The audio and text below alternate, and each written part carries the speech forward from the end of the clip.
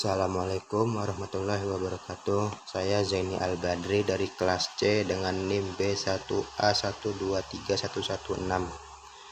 Kali ini saya akan membacakan tugas resume saya tentang istilah, tujuan, dan ruang lingkup hukum perdagangan internasional.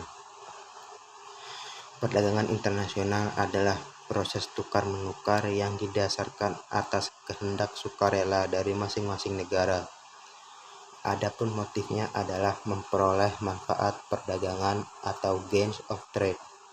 Perdagangan merupakan kegiatan ekonomi yang sangat penting saat ini, maka tidak ada negara-negara di dunia yang tidak terlibat di dalam perdagangan, baik perdagangan antar regional, antar kawasan, ataupun antar negara. Pengertian perdagangan internasional merupakan hubungan kegiatan ekonomi antar negara yang diwujudkan dengan adanya proses pertukaran barang atau jasa atas dasar sukarela dan saling menguntungkan. Ada berbagai motif atau alasan mengapa negara atau subjek hukum melakukan transaksi dagang internasional. Fakta yang sekarang ini terjadi adalah perdagangan internasional sudah menjadi tulang punggung bagi negara untuk menjadi makmur, sejahtera, dan kuat. Hal ini sudah banyak terbukti dalam sejarah perkembangan dunia. Walaupun perkembangan bidang hukum berjalan dengan cepat, namun ternyata masih belum ada kesepakatan tentang definisi untuk bidang hukum perdagangan internasional. Hingga sekarang ini terdapat berbagai definisi yang satu sama lain berbeda. Satu definisi menurut Smithoff. Hukum perdagangan internasional adalah sekumpulan aturan yang mengatur hubungan-hubungan komersial yang sifatnya perdata. Aturan-aturan hukum tersebut mengatur transaksi-transaksi yang berbeda negara. Definisi di atas menunjukkan dengan jelas bahwa aturan tersebut bersifat komersial. Dua definisi menurut M. Rafiqul Islam. Dalam upayanya memberi batasan atau definisi hukum perdagangan internasional, M. Rafiqul Islam menekankan keterkaitan erat antara perdagangan internasional dan hubungan keuangan. Adanya keterkaitan erat antara perdagangan internasional dan hubungan keuangan. Beliau mendefinisikan hukum perdagangan dan keuangan sebagai suatu kumpulan aturan, prinsip, norma, dan praktik yang menciptakan suatu pengaturan untuk transaksi-transaksi perdagangan internasional dan sistem pembayarannya.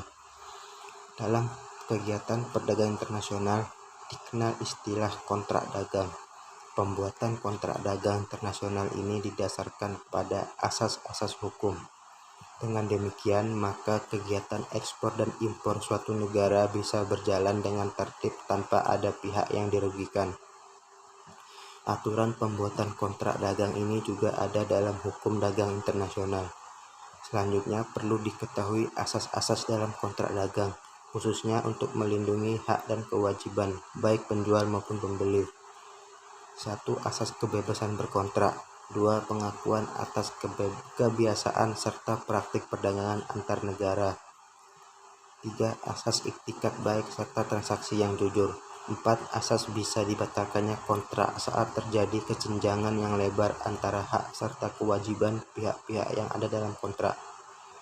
Selanjutnya ada beberapa istilah dalam hukum perdagangan internasional. Yang pertama, perdagangan internasional, yaitu pertukaran barang atau jasa antar negara melintasi batas teritorial.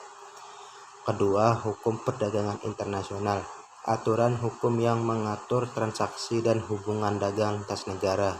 Ketiga, WTO atau World Trade Organization, yaitu organisasi internasional yang mengawasi sistem perdagangan global. Keempat, Incoterms, yaitu istilah standar internasional yang menjelaskan tanggung jawab penjual atau pembeli dalam pengiriman barang.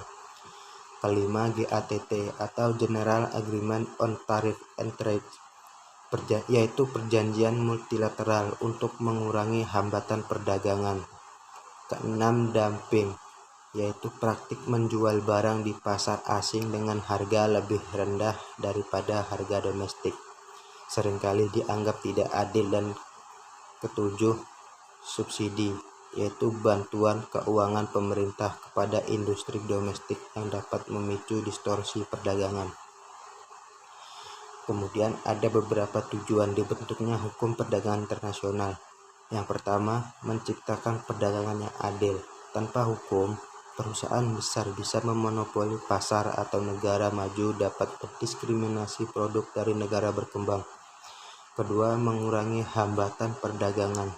Lewat perjanjian seperti EU, CEPA, atau Indonesia European Union Comprehensive Economic Partnership Agreement, tarif dan kuota diturunkan sehingga produk Indonesia lebih mudah masuk ke Eropa. Ketiga, untuk mendorong ekonomi negara berkembang, Uni Eropa memberikan akses pasar khusus untuk produk dari negara miskin seperti kopi Ethiopia atau tekstil Bangladesh. Keempat, memfasilitasi perdagangan, meningkatkan arus barang atau jasa lintas negara dengan mengurangi hambatan. Terakhir, untuk melindungi kepentingan nasional, mengatur kebijakan protektif, misalnya tarif untuk industri domestik, tanpa melanggar kesepakatan internasional. Setelah itu, ada ruang lingkup hukum perdagangan internasional.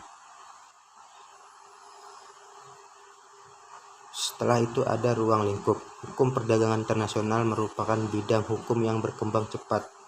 Ruang lingkup bidang hukum ini cukup luas. Hubungan-hubungan dagang yang sifatnya lintas batas dapat mencakup banyak jenisnya.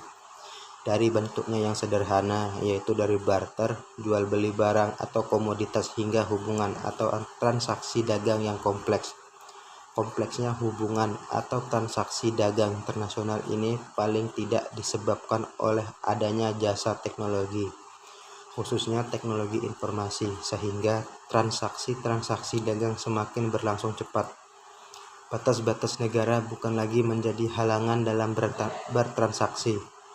Ada beberapa motif atau alasan mengapa negara atau subjek hukum melakukan transaksi dagang internasional. Kesadaran untuk melakukan transaksi dagang internasional juga telah cukup lama disadari oleh para pedagang di tanah air sejak abad ke-17. Salah satunya adalah Amanagapa, kepala suku Bugis yang sadar akan pentingnya dagang bagi kesejahteraan sukunya.